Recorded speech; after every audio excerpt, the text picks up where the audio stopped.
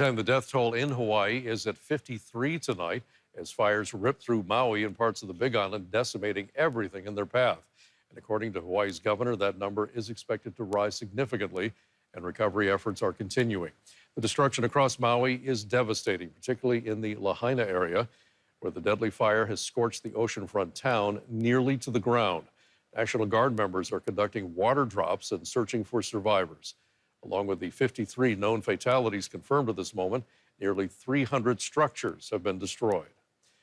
Meantime, Alaska Airlines is sending rescue flights and wildfire relief to help the people on Maui. The first rescue flight departed Seattle this morning, filled with relief supplies, including water, non-perishable food, pillows, blankets, towels, wipes, baby formula, and diapers.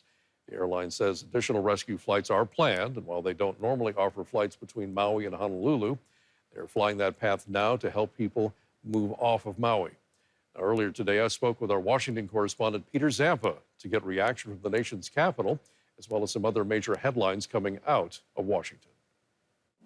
So, Peter, what are leaders in Washington, D.C. saying about the recovery process for those affected by those horrible fires in Hawaii? Yeah, first of all, just absolute decimation in Maui and that Lahaina town district. A really big tourist population there. So the administration today, the president announcing he has approved a major disaster declaration. And Mike, what this really does is just inject resources into that area. If you need loans, if you need recovery help, there will be people there to help streamline that process to make sure, whether you're insured or not, that you are made whole to some degree. That being said, Mike, we've all seen the pictures at this point.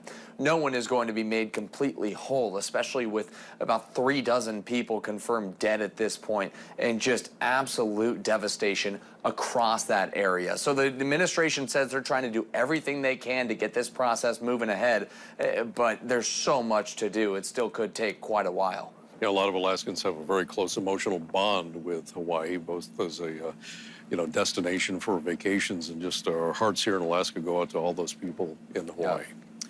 All right, switching gears now to another topic. Consumer price numbers for July were released this morning. What is the White House saying about inflation?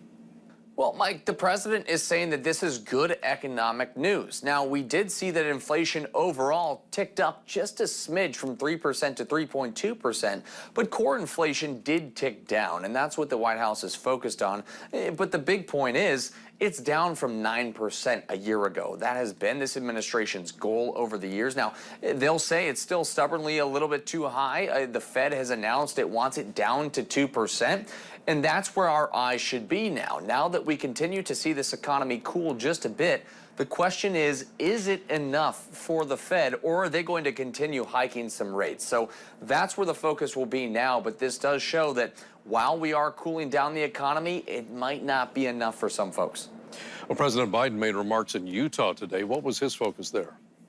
Mike, the focus there was a bipartisan message going to the most conservative state on his West Coast swing.